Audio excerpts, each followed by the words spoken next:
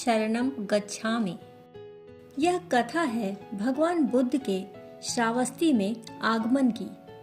श्रावस्ती दुल्हन की तरह सजी हुई थी और श्रेष्ठी कन्या सौम्य दर्शना दुल्हन थी। वह 16 श्रृंगार करके विवाह मंडप में विराजमान थी। कुमार श्वेयस उसके निकट बैठा हुआ था। कुल कन्या सौम्य दर्शना के अंतर मन में तथागत भगवान बुद्ध की भाव मूर्ति जगमगा रही थी। हृदय मन सभी उस भाव मूर्ति में अर्पित हो रहे थे। उसके पास अपना कुछ नहीं था, जो कुछ था वह सब शास्ता को समर्पित हो रहा था। उसके प्राण हुलस रहे थे और श्रद्धा विगलित हो रही थी। उसे यह पता था कि शास्ता स्वयं उसे आशीर्वाद देने पधार रहे थे। इस कल्पना मात्र से वह रोमांचित हो रही थी। उसके रोम रोम में कण कण में जैसे बिजली सी कौंध रही थी। वह भूल गई थी कि उसका विवाह हो रहा है और वह दूल्हे के साथ विवाह मंडप में बैठी हुई है। उस समय वह मात्र शास्ता के दिव्य भाव में निमग्न थी। कुल कन्या सौम्य दर्शना को वह अविस्मरणीय क्षण याद आया जब वह तथागत के चरणों में यह निवेदन कर रही थी कि आप अवश्य ही विवाह में पधारें। उसने निवेदन किया, हे करुणावतार, आप मेरे विवाह में अवश्य पधारें। आपकी उपस्थिति के बिना मैं विवाह नहीं करूंगी। आपकी उपस्थिति ही मेरे जीवन का सर्वोत्तम क्षण होगा। हम तो आपको समर्पित हैं, अर्पित हैं, आप में ही विसर्जित हैं। आप हैं तो जीवन में सांसें चल रही हैं, आप हैं तो रक्त में संचरण है, आप हैं तो हृदय में धड़कन है, मन में उमंग है, भावनाओं में तरंग है। ऐसे में आपके बिना विवाह कैसे संभव है। सौम्य दर्शना के साथ उसके पिता श्रावस्ती के श्रेष्ठी विशाखा दत्त भी थे, जो उनके अनन्य भक्त थे। उनमें भी तथागत भगवान के प्राण विराजते थे। पिता पुत्री दोनों ही विवाह समारोह में तथागत को विशेष रूप से आमंत्रित करने के लिए गए हुए थे। पुत्री सौम्य दर्शना एवं उसके पिता का आमंत्रण सुनकर तथागत एक पल को हंसे और कहने लगे, सौम्या, मेरे जाने पर कहीं राग की अग्नि बुझ न जाए, कहीं सप्तपदी के लिए बढ़ने वाले पग तप के लिए न बढ़ जाएं, बसने से पहले ही गृहस्थी उजड़ न जाए, कहीं कुछ ऐसा न हो जाए जो सामान्य रूप से न होता हो। प्रभु के ये वचन सुनकर सौम्य दर्शना एवं पिता विशाखा दत्त ने विनीत भाव से कहा, भगवान, हम तो सर्वतो भावेन आपकी शरण में हैं। आपकी कृपा से जो कुछ होगा मंगलमय ही होगा।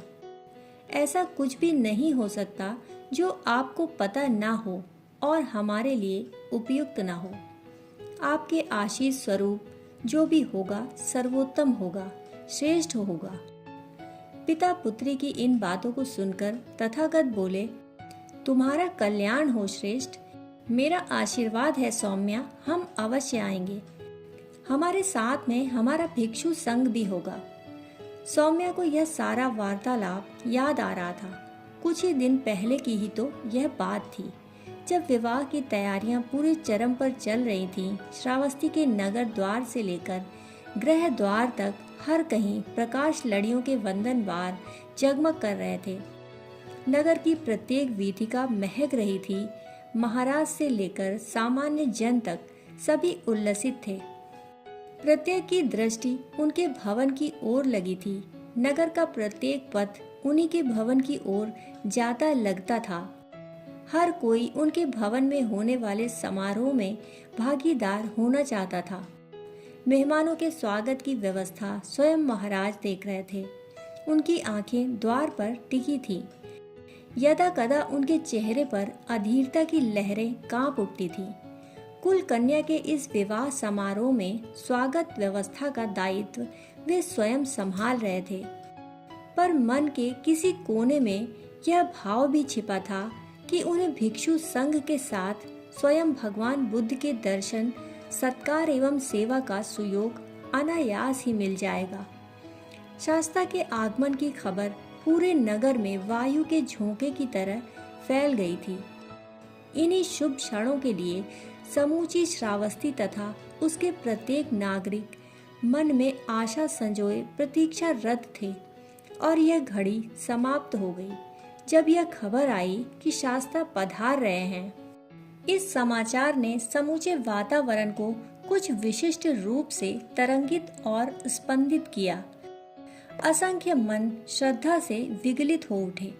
प्रभु के आगमन की सूचना से सौम्या को गहरी आश्वस्ति हुई।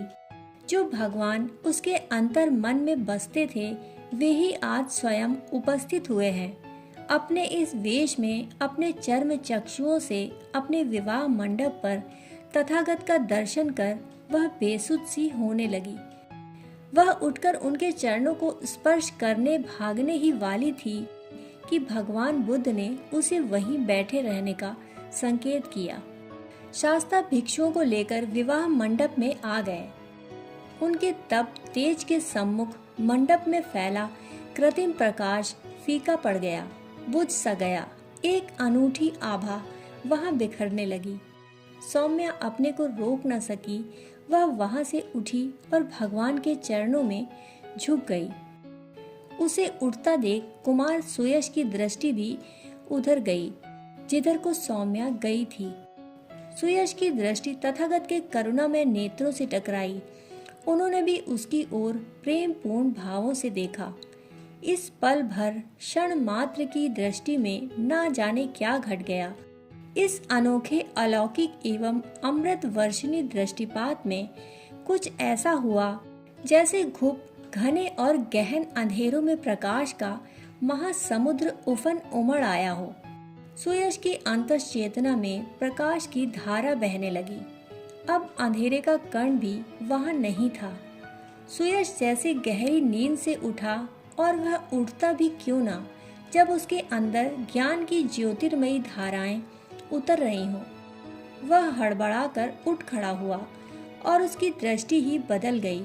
उसे सब ओर तथागत बुद्ध ही दिखने लगे।